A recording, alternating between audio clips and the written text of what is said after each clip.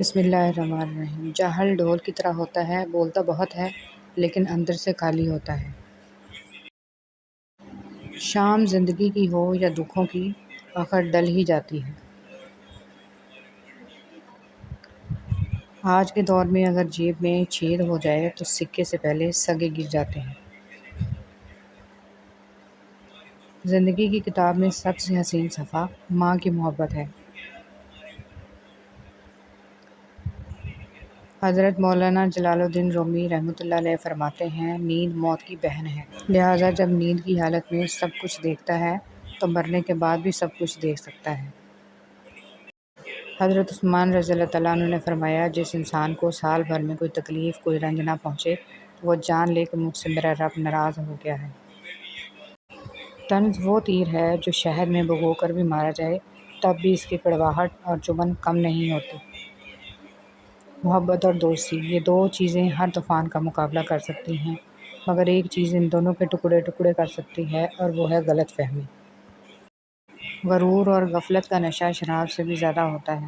جو اس نشے میں مبتلا ہو جاتا ہے وہ جلدی ہوش میں نہیں آتا۔ اللہ تمہارے ساتھ ہے، اللہ تمہاری چاہ سے انکار نہیں کرتا، وہ تمہارا صبر سنبھال کر رکھتا ہے، وہ صدائیں رد نہیں کرتا، وہ بہتر وقت پہ نواز دیتا ہے۔ لوگوں میں بھی دیمک کی صلاحیت ہوتی ہے، کھا جاتے ہیں دوسروں کو۔ میں آج تک اپنی خاموشی پر نہیں پچھتایا، جب بھی پچھتایا اپنے بولنے پر پچھتایا۔ شیخ سعدی رحمۃ اللہ علیہ۔ انسان کے کردار کی دو منزلیں ہیں، یا دل میں اتر جانا یا دل سے اتر جانا۔ حضرت علی رضی اللہ تعالیٰ عنہ۔ کبھی کبھی راستوں کو نہیں بلکہ خود کو بدل لینا بہتر ہوتا ہے۔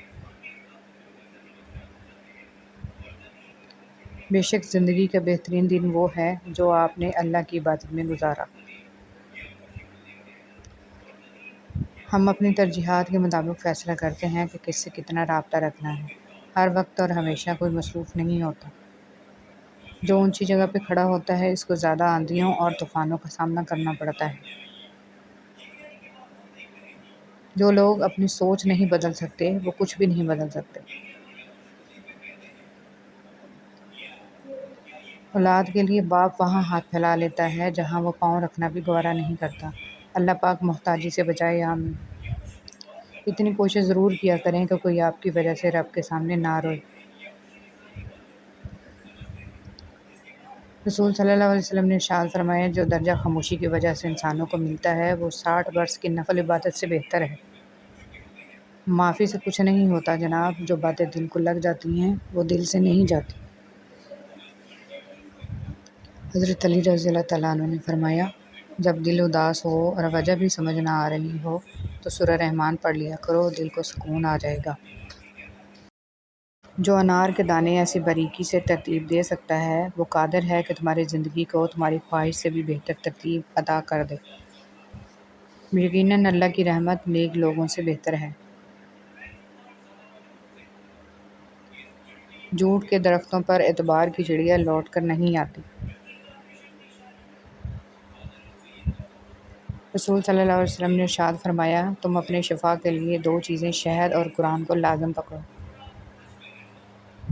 ضروری نہیں ہر رشتہ مستقل ہو، بس یادگار ہونا چاہیے۔ شعور کا پہلا درجہ خاموش رہنے کی عادت، دوسرا درجہ بدتمیزی کا جواب نہ دینا اور تیسرا درجہ بد اخلاقی کا جواب اخلاق سے دینا ہے۔